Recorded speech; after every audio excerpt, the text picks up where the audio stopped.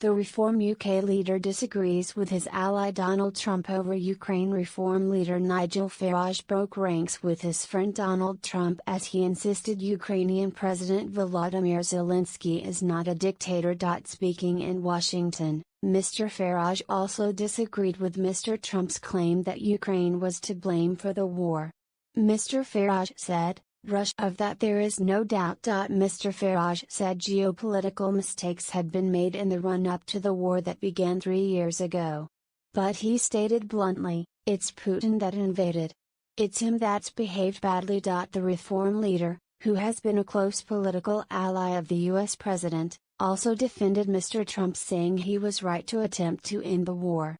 And he insisted Mr. Trump remain committed to the NATO. But his comments in an interview with GB News clearly placed him at odds with Mr. Trump, who has called Mr. Zelensky a dictator without elections because an election planned for 2024 was postponed as a result of the ongoing war.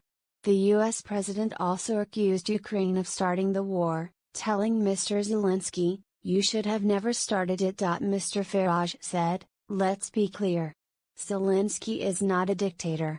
But it's only right and proper that so no, he's not a dictator, but there needs to be a timeline so the Ukrainian people can vote on a peace deal."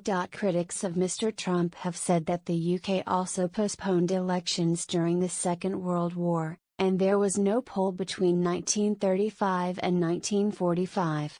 Mr. Farage pointed out that the 1945 election took place after the surrender of Germany but before the defeat of Japan, when the war was still